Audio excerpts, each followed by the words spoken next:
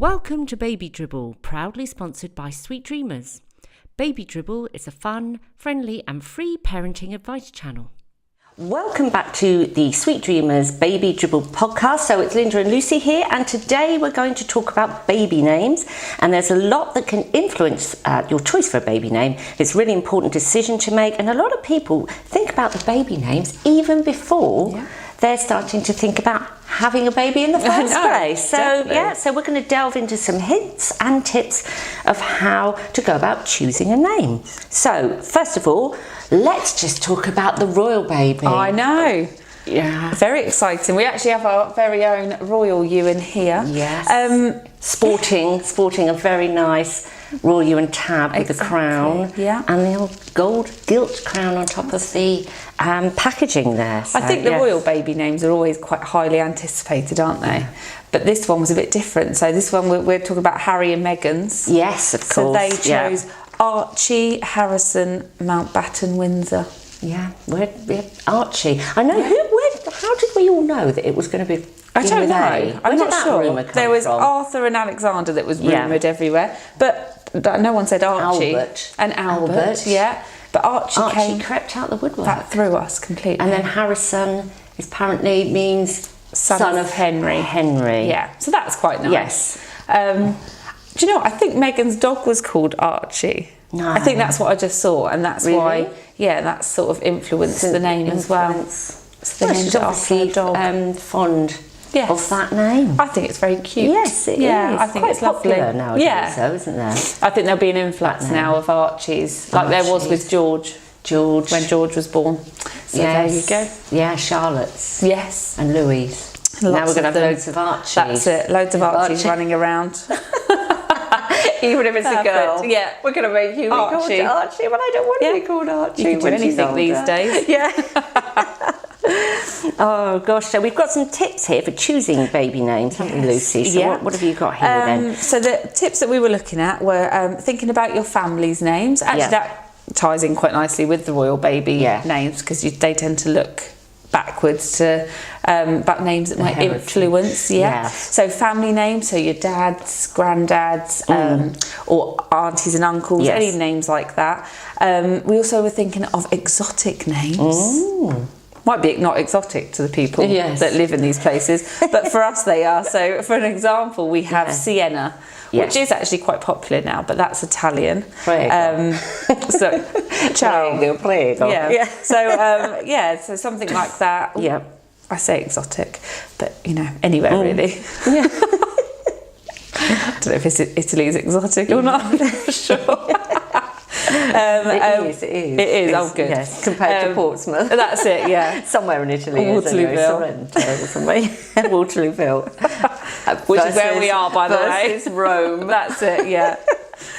We were also thinking of historical names. Yes. I'm trying to think of a historical name now. Winston. Yes, that's good. Something like Winston. Yes. Trying to think of something else good. now. Winston. Yeah. Thank you. Yes. Also, popular culture, you can look at actors, singers, celebrities. I think a lot of people because there's all use those suddenly names. An influx of Miley's, wasn't there? Miley Cyrus. All favourite characters. Hagrid being a prime example. Love it. Severus, yes, all of those. Severus Anything Smith. Harry Potter inspired. You could use, and then there's also a little bit touched on the exotic names, but trends. So a lot of the celebrities use places. Yes, a bit like the Beckhams. Brooklyn. What else is there? Sorry, I'm going to say something silly now. I'm not going to say. But like something like Fratton. You could have Fratton if you want. You might be a big Pompey football club supporter, so you could throw Fratton Park in there if you really wanted to. That will take that. So that would lead on nicely to what to think about when you're choosing a name. So name meanings are quite. This is all in the book. Yes, they can be quite important. So something like Bella means beautiful, which is quite nice. Ciao Bella. Ciao Bella. We're going back to the Italian thing. Yeah, we're going back to very Italian today. But yeah, Bella's quite a nice name meaning. Or something like Matilda, which means strong in battle, I think it means. Ooh. So if you want to give them a strong name, do something like that. And then we thought of initials. Yes. As well. So think about what they might spell out. Most people wouldn't normally have a problem with this, I would imagine, but some people might. Yes. So initials, something to think about. In case they spell out something a bit inappropriate. Something a bit rude. Like Trotter's Independent Traders. That's it, yes. You might not want it. That's right. Yeah. And if you're going to put it on the side of a van, you might want to think about it. Names that age well. Yes. So think about how the name might sound when your baby's older, possibly in a work setting. They've got to go in for an interview one day. Maybe something like Buddy or something. Something to give their name. Yeah, they've got, would it age well? Yes. Yeah. I'm trying to think. Hagrid might be one of those, I don't know. I don't know, Hagrid might. Yeah, that could span all ages, couldn't it? That's right.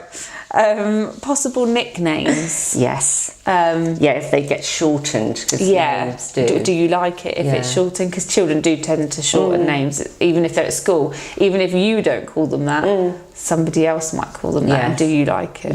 Is it as nice as you thought?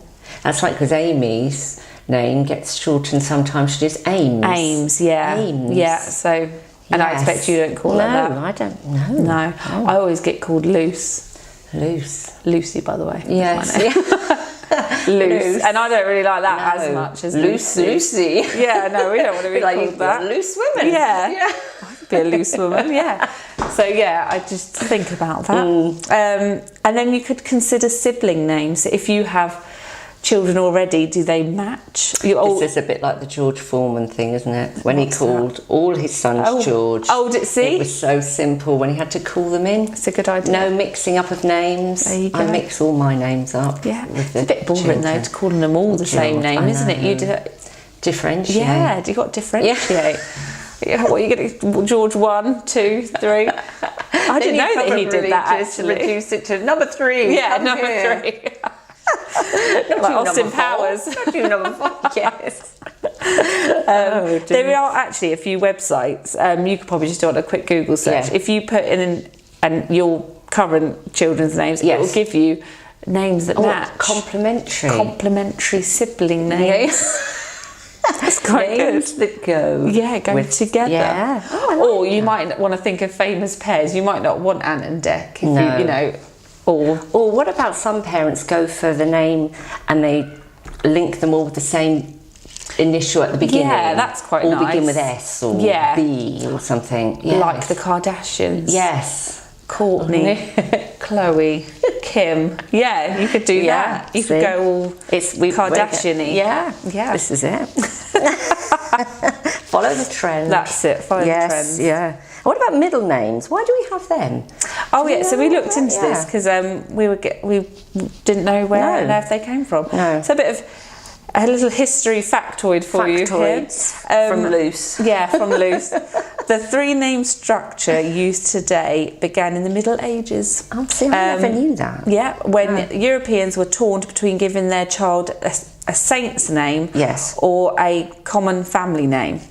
So if you didn't want to go with the saint's name, first off, you could give your family's name, so your father or your grandfather's name, and then put the saint's name in the middle. Okay. But more commonly now, it's a way of putting a family name in there if you don't want to call. If you don't want to have the Christian name. That's it, by the first name. So lots of people sort of honour their family members with the middle name. Yes. You don't have to, obviously. No. I did that. My dad's name is my son's middle name. So yes. Give something back to my dad. Exactly. He's welcome. Yes. But that's where it comes from. So you don't have to have a middle. There's no reason for a middle name, really.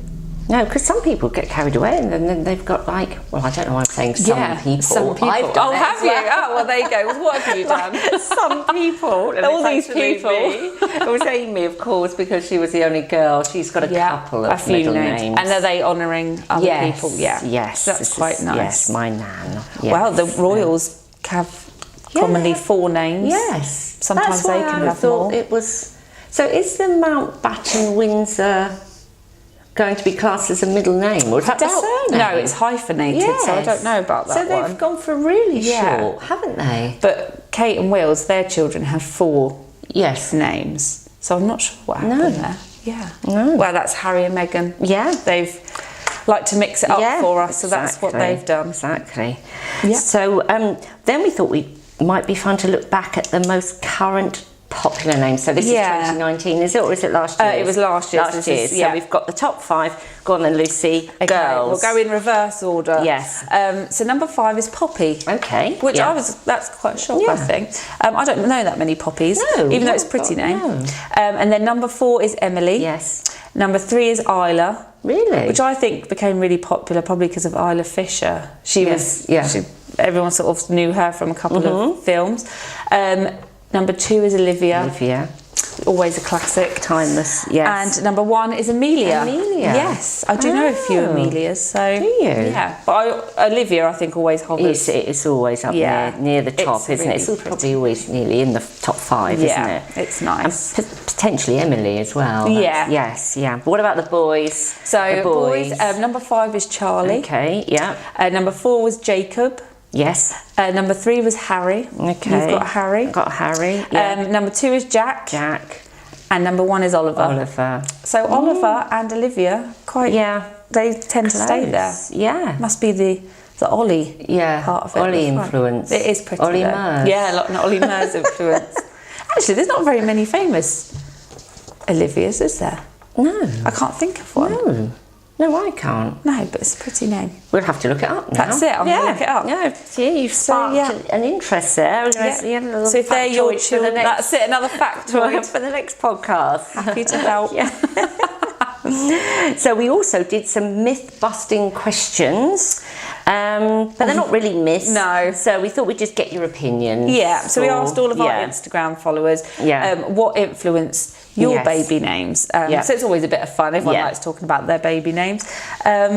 So here we go. So the first one we asked for people's opinions on were your baby's names chosen before you came pregnant? Yeah. 43% said yes and 57% said no. Oh, right. So that's not... No, it's quite half. Yeah. I knew mine. Yeah, you had it when I was about 10. Yeah, you had it there. Yeah, did it stay? Was that name? You had your heart set on it? It was all... Actually, no. No? I did have another name. Actually, was that in the top? I used to like Jack when I was younger. And then... No, I changed my name probably a bit later, but it was always going to be that name all the way through pregnancy. And I just stuck to it. You stuck to it. But sometimes babies don't look like what you'd imagine they were going to look like. So people change their names, don't they? Yeah, because Will was Henry for about 20 minutes. Oh, was it? And then he went to William. Why did you change? I don't know. Just something not right? Yeah. Oh, but I still had the Henry, but that's in George's name. Yeah. Because I do quite like Henry. Yeah. Yeah, so good old Will. But he looks like a Will now. Yeah. You can't imagine him being...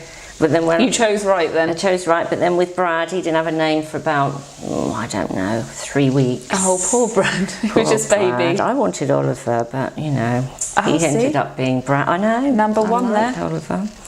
But he is a Brad now. Yeah.